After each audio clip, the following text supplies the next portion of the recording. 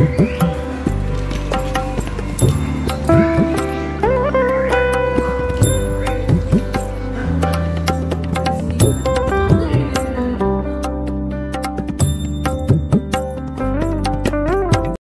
Hello வணக்கம் welcome சுனிதாஸ் creations. எப்படி இருக்கீங்க எல்லாரும்? கண்டிப்பாக ரொம்ப நல்லா இருப்பீங்கன்னு நினைக்கிறேன், நம்புகிறேன். நானும் ரொம்ப நல்லா இருக்கேன், சந்தோஷமாக இருக்கேன். நீங்களும் அதே மாதிரி இருக்க நான் கடவுளை வேண்டிக்கிறேன். நீங்களும் எனக்காக வேண்டிக்கோங்க, ஓகேவா? ஸோ இன்றைக்கி என்ன விலாகுன்னு பார்த்தீங்கன்னா, உங்களுக்கு தம்ப்நெயில் ப்ளஸ் டைட்டிலே தெரிஞ்சிருக்கும் என்ன மாதிரி அப்படின்ட்டு. வரலட்சுமி நோன்பு இப்போ தான் ஃபர்ஸ்ட் டைம் பண்ண போகிறீங்க. ஃபர்ஸ்ட் டைம் அந்த நோன்பு எடுக்க போகிறீங்க, கலசம்லாம் வைக்கல, வெறும் படம் வச்சு நாங்கள் சாமி வழிபாடு பண்ண போகிறோம் அப்படின்னா அந்த மாதிரி பண்ணுறவங்களுக்கான இது வீடியோ தான் இது. கலசம் வைக்க போகிறீங்கனாலும் ஒன்றும் தப்பு இல்லை, கலசம் மட்டும் நீங்கள் வைக்க போகிறீங்க இதில், அவ்வளோதான். ஆடி முதல் வெள்ளிக்கிழமை நம்ம வீட்டில் மகாலட்சுமி தாயாருக்கு வழிபாடு பண்ணியிருந்தோம், குலதெய்வ வழிபாடு பண்ணியிருந்தோம். ஸோ குலதெய்வம் வழிபாடு வந்து நம்ம பண்ணுறது ஆண் தெய்வமாக இருந்தால் அவங்க மனைவி இருப்பாங்க இல்லையா, நம்ம அவங்களுக்காக பண்ணுவோம். ஸோ நம்ம வீட்டில் பெருமாள் குலதெய்வன்றதால நான் வந்துட்டு மகாலட்சுமி பூஜை எப்போவுமே பண்ணுறது உண்டு. வெள்ளிக்கிழமையில் எப்போவுமே மகாலட்சுமி பூஜை பண்ணுவேன். அது உண்மையாகவே சொல்லணும் அப்படின்னா அந்த பூஜை வந்துட்டு ஒரு நல்லா இருக்குங்க, அந்த வைப்ரேஷன் நல்லா இருக்குது. பூஜை பண்ணினதுக்கப்புறம் அந்த ஒரு மாதிரி அதை சொல்ல முடியல, அந்த வார்த்தையெல்லாம் சொல்ல முடியல, நல்லாயிருக்கு. எல்லாமே நமக்கு வந்துட்டு கை கூட்டுற மாதிரியான விஷயங்கள் எல்லாமே நமக்கு தானாலே நடக்குது. அது நம்ம பூஜை பண்ணுறதுனால கிடைக்கக்கூடிய பலனா இல்லை அந்த பூஜைக்கு உண்டான பலனான்னு தெரியல. பட் எனக்கு பூஜை பண்ணணும், பூஜை பண்ணால் எனக்கு நல்லது நடக்குது அப்படின்னு எனக்கு தோணுது, நான் பண்ணுறேன். இப்படியே மகாலட்சுமி தாயாருக்கு நம்ம பூஜை பண்ண போகிறோம். இதுவே நம்ம வீடியோவாக கொடுத்துருவோம் அப்படின்ட்டு வீடியோ ஷூட் பண்ண ஆரம்பிச்சிருந்தேன். முன்னாடி நாள் ஆடி 1 அன்னைக்கு வாசலில் போட்ட கோலம் எல்லாத்தையும் துணி வச்சு தொடச்சாச்சு. அதுக்கப்புறம் வீடு ஃபுல்லாக நல்லா தொடச்சிட்டு, துடைக்கல, நான் முன்னாடி நாளே தொடச்சதுனால காலைல மஞ்சளும் கொஞ்சமாக பச்சை கற்பூரம் ஜவ்வாது மட்டும் கலந்து தண்ணியில் ஃபுல்லாக தெளித்து விட்டுருந்தேன். அதுக்கப்புறம் வாசலில் ஃபுல்லாக தொடச்சிட்டு தண்ணியெல்லாம் தெளிச்சுட்டு மாக்கோலம் போட்டு கோலம் அழகாக படிக்கோலம் தான் போட்டிருந்தேன். நல்ல நாட்களில் விசேஷ நாட்களில் வந்துட்டு அதுவும் மகாலட்சுமி தாயாருக்கு ஏதாவது பூஜை பண்ண போகிறீங்க அப்படின்னா படிக்கோலம் தாமரை கோலம் போடுங்க, அது ரொம்ப டிவைனாக இருக்கும்.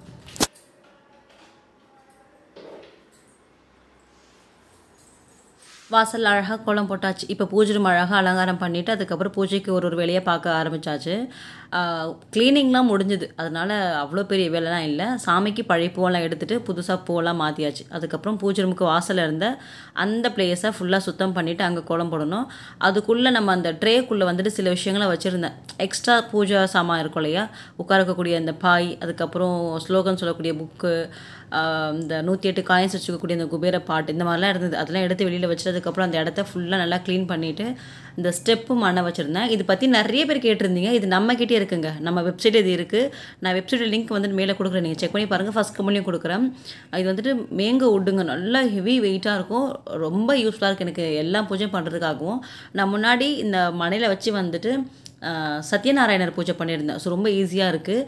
இதே மனையில் வந்துட்டு நான் ஒரு வெத்தலை வச்சுட்டு நல்லா சுத்தம் பண்ணியாச்சு ஃபஸ்ட்டு.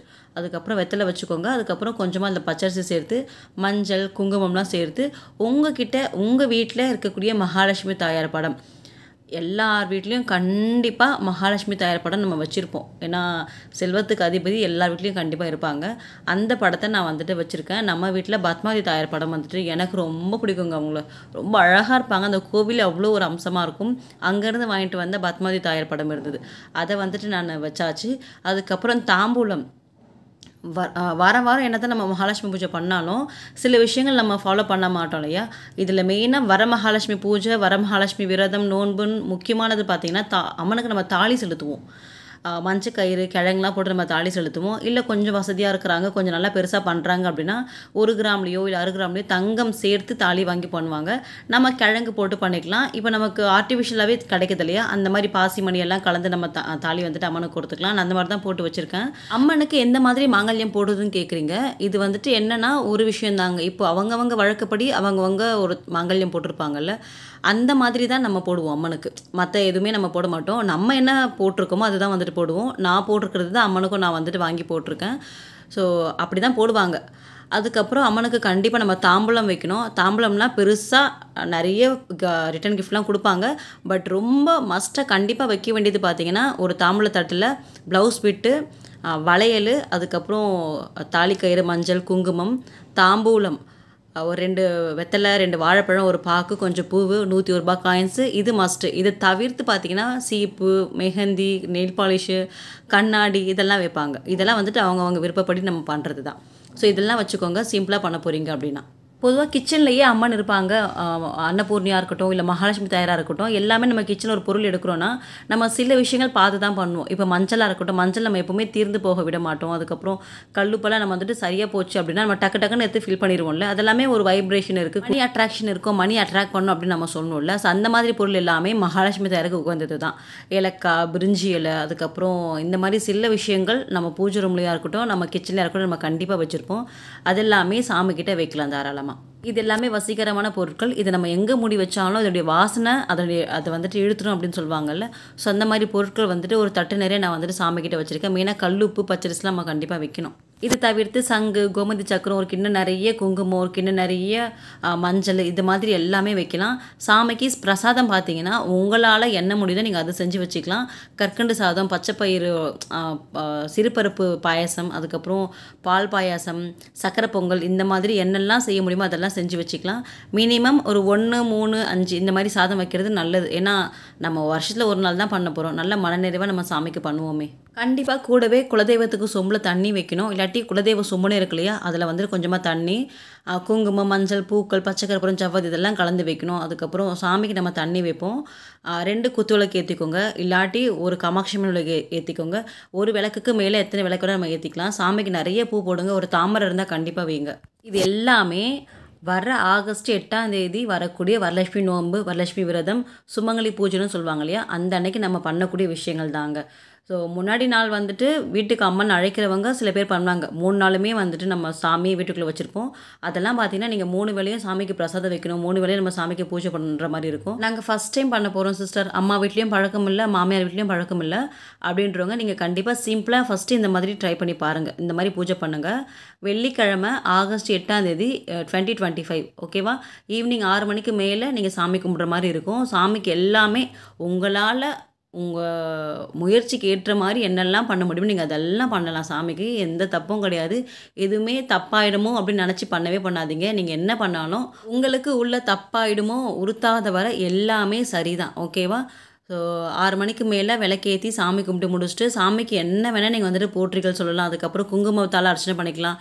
108 1 காயின்ஸு, 108 5 காயின்ஸு, அதுக்கப்புறம் 108 குபேர காயின்ஸுமே இருக்குது, கடைகளில் கிடைக்கும். அது பூக்கள், இந்த மாதிரி என்ன பொருள் கொண்டு நீங்கள் வந்துட்டு சாமிக்கு அர்ச்சனை பண்ணிக்கலாம். 108 போற்றிகள் சொல்லலாம். சாமியுடைய அஷ்டகம்லாம் இருக்குது, அதெல்லாம் நீங்கள் சொல்லலாம். அழகாக மனநிறைவாக சாமி கும்பிட்டு முடிச்சுட்டு அதுக்கப்புறம் நீங்கள் கோவிலில் போயிட்டு ஒரு 3 பேருக்காச்சும் தாம்பூலம் கொடுக்குற மாதிரி இருக்கும். கண்டிப்பாக அது கொடுத்தா நல்லது. ஒரு சின்ன தட்டு, சில்வர் தட்டு வந்துட்டு ஒரு ₹15 ₹18 அந்த மாதிரி இருக்கும். அந்த தட்டு ஒரு 3 வாங்கி அதில் வெத்தலை பாக்கு இதெல்லாம் வச்சு கொடுக்கலாம். இல்லாட்டி வெறும் வெத்தலை பாக்கு, வாழைப்பழம், ₹1 காயின்ஸ் இல்லை ₹11 காயின்ஸ் இந்த மாதிரி வச்சும் கொடுக்கலாம். இது எல்லாமே உங்கள் சௌகரியத்தை பொறுத்து. இந்த தடவை நீங்கள் ஆரம்பிச்சிங்கன்னா நெக்ஸ்ட் இயர் கண்டிப்பாக இதை விட சூப்பராக செய்வீங்க. அந்தளவுக்கு அம்மா உங்கள் வாழ்க்கை தரத்தை உயர்த்திடுவாங்க. ஸோ நானுமே பார்த்தீங்கன்னா அழகாக சாமி கும்பிட்டு முடிச்சாச்சுங்க. சாமிக்கு வந்துட்டு பஞ்சகவி விளக்கு, பஞ்சகவி சாம்பிராணி இது எல்லாமே ஏற்றிருந்தேன். ரொம்ப மனசு நிறைவாக இருந்தது. வீடு நல்ல வாசனையாக இருந்தது.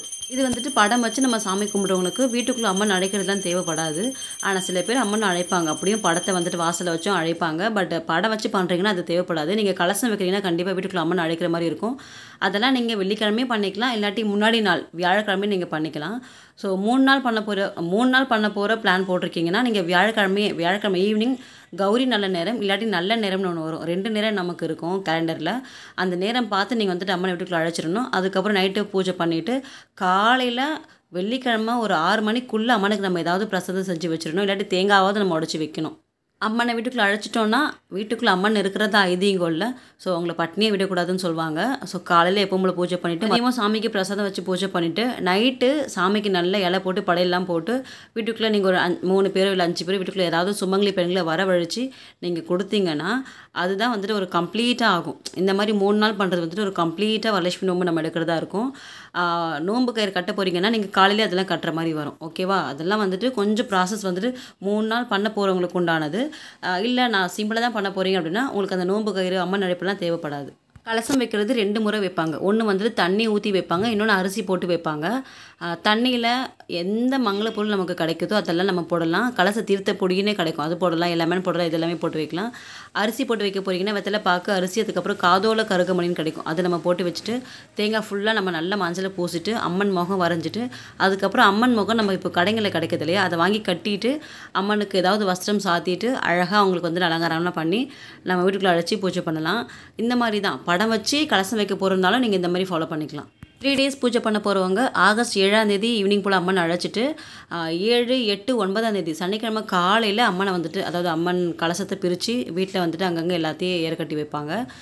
ஒரு நாள் பூஜை பண்ண போகிறவங்க ஆகஸ்ட் 8ஆம் தேதி நம்ம ஈவினிங் போல் பூஜை பண்ணிக்கலாம். அந்த அன்னைக்கு நைட்டு அம்மனுக்கு திருஷ்டி கழிச்சிட்டு அதுக்கப்புறம் லைட்டை நம்ம படத்தை நகர்த்தி வச்சிட்டோம் அப்படின்னா பூஜை நிறைவாயிடுச்சு. கண்டிப்பாக ரொம்ப பவர்ஃபுல்லான பூஜை, எல்லாரும் செய்யுங்க.